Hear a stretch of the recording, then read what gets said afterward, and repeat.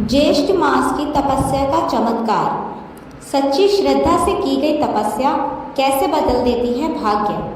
नमस्कार दोस्तों, आज की यह कथा केवल एक कहानी नहीं बल्कि सनातन धर्म की उस दिव्य सच्चाई का प्रमाण है जिसमें कहा गया है कि ज्येष्ठ मास की तपस्या करने वाला व्यक्ति अपने जीवन के सबसे कठिन दुखों से भी मुक्ति पा सकता है। कहा जाता है कि ज्येष्ठ महीने में सूर्य की तपिश जितनी बढ़ती है उतनी ही भगवान की कृपा भी उन भक्तों पर बरसती है जो सच्चे मन से व्रत, दान, पूजा और तपस्या करते हैं। यह कहानी एक गरीब युवक माधव की है जिसका जीवन दुख, गरीबी और अपमान से भरा हुआ था, लेकिन ज्येष्ठ मास में की गई उसकी कठिन तपस्या ने ऐसा चमत्कार किया कि पूरा गांव हैरान रह गया। तो आइए इस अद्भुत और भावुक कथा की शुरुआत करते हैं। दुखों से भरा जीवन। बहुत समय पहले वृंदावन के पास एक छोटा सा गांव था। उस गांव में माधव नाम का एक युवक रहता था। माधव बहुत गरीब था। उसके पिता बचपन में ही संसार छोड़ चुके थे और उसकी बूढ़ी माँ बीमार रहती थी। घर मिट्टी का था, बरसात में छत टपकती थी और कई बार तो खाना भी नसीब नहीं होता था। माधव दिन रात मेहनत करता, कभी खेतों में मजदूरी, कभी लकड़ी काटना तो कभी लोगों के घरों में पानी भरना, लेकिन मेहनत के बाद भी उसके जीवन में केवल दुख ही दुख थे। गांव के लोग उसका मजाक उड़ाते थे। कई लोग कहते, इतनी पूजा पाठ करता है फिर भी भगवान ने इसे कुछ नहीं दिया।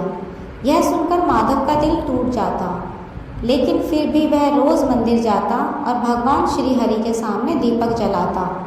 एक दिन उसकी माँ बहुत बीमार हो गई। वैद्य ने कहा, अगर जल्दी दवा नहीं मिली तो इन्हें बचाना कठिन होगा। माधव के पास एक भी रुपया नहीं था। उस रात वह मंदिर की सीढ़ियों पर बैठकर रोने लगा। संत का आगमन। उसी समय वहाँ एक वृद्ध संत आए। उनके चेहरे पर तेज था और आंखों में अद्भुत शांति। उन्होंने माधव से पूछा, बेटा क्यों रो रहे हो? माधव ने अपने सारे दुख उनके बता दिए। संत कुछ देर शांत रहे, फिर बोले, ज्येष्ठ मास शुरू होने वाला है। अगर तुम पूरे श्रद्धा और नियम से तपस्या करोगे तो भगवान स्वयं तुम्हारी सहायता करेंगे। माधव ने पूछा, गुरुदेव मैं क्या करूं? संत बोले, प्रातः सूर्योदय से पहले उठो, पीपल के वृक्ष में जल चढ़ाओ, गरीबों को पानी पिलाओ, एक समय भोजन करो और हर दिन ओम नमो भगवते वासुदेवाय मंत्र का 108 बार जाप करो। उन्होंने आगे कहा, ज्येष्ठ मास की तपस्या कभी व्यर्थ नहीं जाती। यह कहकर संत वहाँ से चले गए। माधव ने उसी क्षण निश्चय कर लिया कि चाहे कुछ भी हो जाए वह पूरी श्रद्धा से तपस्या करेगा। तपस्या की शुरुआत। अगले दिन ज्येष्ठ मास का प्रारंभ हो गया। तेज गर्मी पड़ रही थी। धरती आग की तरह तप रही थी। लोग घरों से निकलने से डर रहे थे, लेकिन माधव रोज ब्रह्म मुहूर्त में उठता, नदी में स्नान करता, फिर मंदिर जाकर भगवान विष्णु की पूजा करता। उसके बाद वह गांव के बाहर एक घड़ा भरकर ठंडा पानी रख देता ताकि राहगीरों की प्यास बुझ सके। कई लोग उसका मजाक उड़ाते, खुद के घर में खाने को नहीं और दूसरों को पानी पिला रहा है, लेकिन माधव बिना कुछ बोले अपना काम करता रहता। धीरे धीरे उसका मन शांत होने लगा। उसे ऐसा महसूस होने लगा जैसे भगवान उसके पास हैं। कठिन परीक्षा। एक दिन तपती दोपहरी में माधव जंगल से लकड़ियां काटकर लौट रहा था। अचानक उसे रास्ते में एक वृद्ध व्यक्ति दिखाई दिया। वह बहुत कमज़ोर थे और प्यास से तड़प रहे थे। उन्होंने धीमी आवाज़ में कहा, बेटा थोड़ा पानी मिलेगा?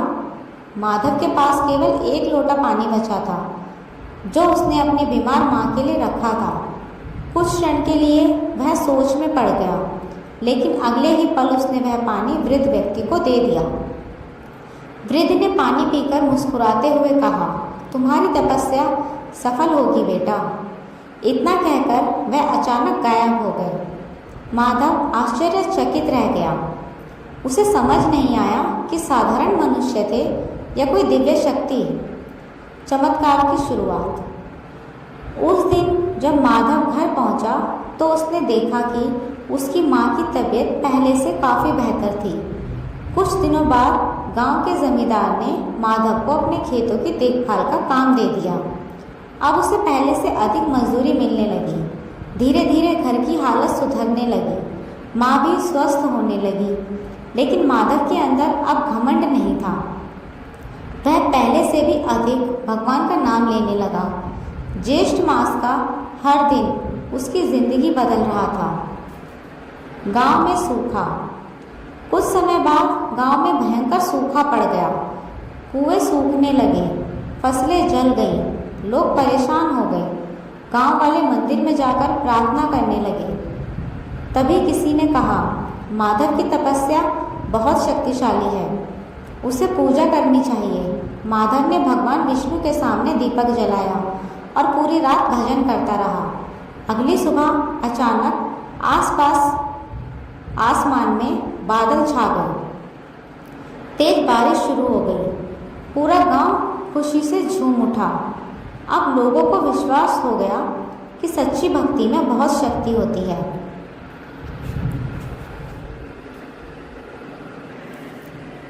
राजा का सपना। उसी राज्य के राजा को एक रात अजीब सपना आया।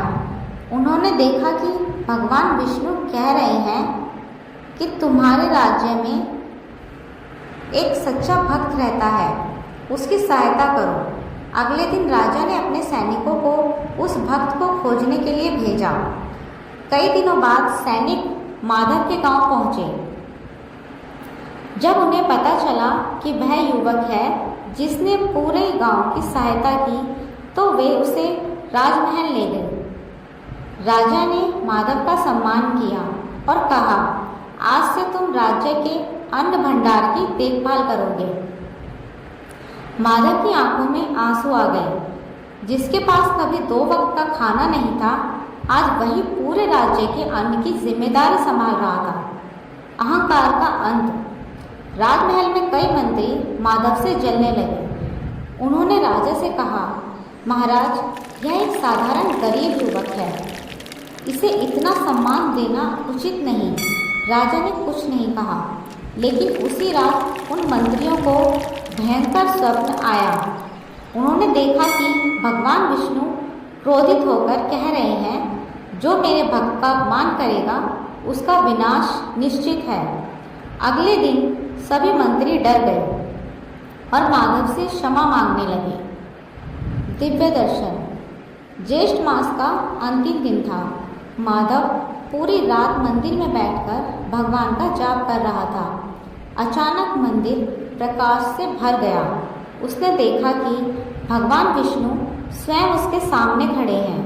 भगवान बोले, माधव, तुम्हारी श्रद्धा और सेवा से मैं प्रसन्न हूँ। तुमने बिना स्वार्थ दूसरों की सहायता की, इसलिए आज से तुम्हारे जीवन के सभी दुख समाप्त होते हैं। माधव रोते हुए भगवान के चरणों में गिर पड़ा। भगवान ने उसे आशीर्वाद दिया और अंतर्ध्यान हो गए। जीवन का सबसे बड़ा सुख। उस दिन के बाद माधव का जीवन पूरी तरह बदल गया। उसके घर में सुख, समृद्धि और शांति आने लगी। गांव के लोग उसका सम्मान करने लगे। लेकिन माधव ने कभी अपनी तपस्या और भगवान को नहीं छोड़ा। वह हमेशा लोगों से कहता, ज्येष्ठ मास में की गई सच्ची तपस्या कभी व्यर्थ नहीं जाती। भगवान देर से सुनते हैं, लेकिन जब सुनते हैं तो जीवन बदल देते हैं। संतान प्राप्ति की दिव्य तपस्या। माधव की ख्याति अब दूर दूर तक फैल चुकी थी। लोग उसे भगवान का सच्चा भक्त मानने लगे थे। एक दिन पास के गांव से एक दंपत्ति उसके पास आए। उनका नाम था गोपाल और राधा। दोनों की शादी को 15 वर्ष हो चुके थे, लेकिन उन्हें संतान सुख प्राप्त नहीं हुआ था। उन्होंने कई तीर्थ किए, अनेक व्रत रखे, वैद्यों से दवा भी ली, लेकिन हर बार निराशा ही हाथ लगी। राधा हर रात रोती थी, उसे लगता था कि शायद भगवान उससे नाराज हैं। दोनों माधव के चरणों में बैठ गए और बोले, हमें धन नहीं चाहिए, बस एक संतान का सुख मिल जाए। उनकी बातें सुनकर माधव की आंखें भर आईं। उसने कुछ देर भगवान का ध्यान किया, फिर बोला, ज्येष्ठ मास में की गई तपस्या बहुत फलदायी मानी जाती है। यदि आप दोनों सच्चे मन से भगवान विष्णु और माता लक्ष्मी की आराधना करेंगे तो आपकी गोद अवश्य भरेगी। तपस्या का नियम। माधव ने उन्हें कुछ नियम बताए। रोज सूर्योदय से पहले स्नान करना, पीपल वृक्ष में जल अर्पित करना, प्यासे लोगों को ठंडा जल पिलाना, गरीब बच्चों को भोजन कराना, हर गुरुवार विष्णु मंदिर में दीपक जलाना और प्रतिदिन 108 बार यह मंत्र बोलना, ओम नमो भगवते वासुदेवाय। साथ ही माधव ने कहा, तपस्या केवल शरीर की नहीं, मन की भी होती है। कभी क्रोध मत करना, किसी का अपमान मत करना और भगवान पर पूरी विश्वास रखना। विश्वास की परीक्षा। ज्येष्ठ मास की भयंकर गर्मी शुरू हो गई थी। धरती तप रही थी। लोग घरों में छिपे बैठे थे, लेकिन गोपाल और राधा रोज नंगे पैर मंदिर जाते। कई लोग उनका मजाक उड़ाते। इतने सालों से कुछ नहीं हुआ, अब क्या ही होगा। लेकिन दोनों ने हार नहीं मानी। एक दिन दोपहर में राधा मंदिर से लौट रही थी। रास्ते में उसे एक बूढ़ी वृद्धा दिखाई दी। राधा ने अपना पूरा भोजन उस वृद्धा को दे दिया। वृद्धा मुस्कुराई और बोली, माता लक्ष्मी तुम्हारी गोद अवश्य भरेंगी। इतना कहकर वह वहाँ से चली गई। राधा को उस समय समझ नहीं आया, लेकिन उसके मन में अद्भुत शांति भर गई। चमत्कार। ज्येष्ठ पूर्णिमा की रात थी। गोपाल और राधा मंदिर में भजन कर रहे थे। अचानक मंदिर के दीपक अपने आप तेज जलने लगे। पूरा वातावरण सुगंध से भर गया। माधव ने आंखें बंद करके कहा, भगवान ने आपकी प्रार्थना सुन ली है। कुछ महीनों बाद राधा ने एक सुंदर पुत्र को जन्म दिया। पूरा गांव आश्चर्यचकित रह गया। गोपाल और राधा की खुशी का ठिकाना नहीं था। वे रोते हुए बोले, यह केवल भगवान की कृपा और ज्येष्ठ मास की तपस्या का फल है। अंतिम संदेश। उस दिन माधव ने गांव वालों से कहा, सच्ची श्रद्धा से की गई तपस्या कभी व्यर्थ नहीं जाती। भगवान हर प्रार्थना सुनते हैं, बस विश्वास और धैर्य होना चाहिए।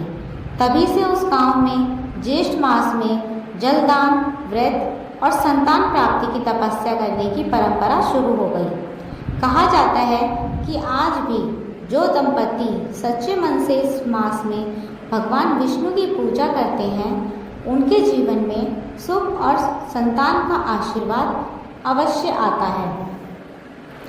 भगवान के घर देर हो सकती है, लेकिन अंधेर कभी नहीं होती। ज्येष्ठ मास की तपस्या केवल मनोकामना नहीं पूरी करती, बल्कि टूटे हुए विश्वास को भी फिर से जगा देती है। शिक्षा। दोस्तों, यह कथा हमें सिखाती है कि सच्ची श्रद्धा और तपस्या कभी व्यर्थ नहीं जाती। ज्येष्ठ मास में दान, व्रत और सेवा करने से भगवान प्रसन्न होते हैं। प्यासे को पानी पिलाना सबसे बड़ा पुण्य माना गया है। कठिन समय में भी भगवान पर विश्वास नहीं छोड़ना चाहिए। अगर आपको यह दिव्य कथा पसंद आई हो तो वीडियो को लाइक करें, शेयर करें और चैनल को सब्सक्राइब ज़रूर करें। कमेंट में लिखें, ओम नमो भगवते वासुदेवाय। भगवान विष्णु और ज्येष्ठ मास की कृपा आप सभी पर सदैव बनी रहे। धन्यवाद।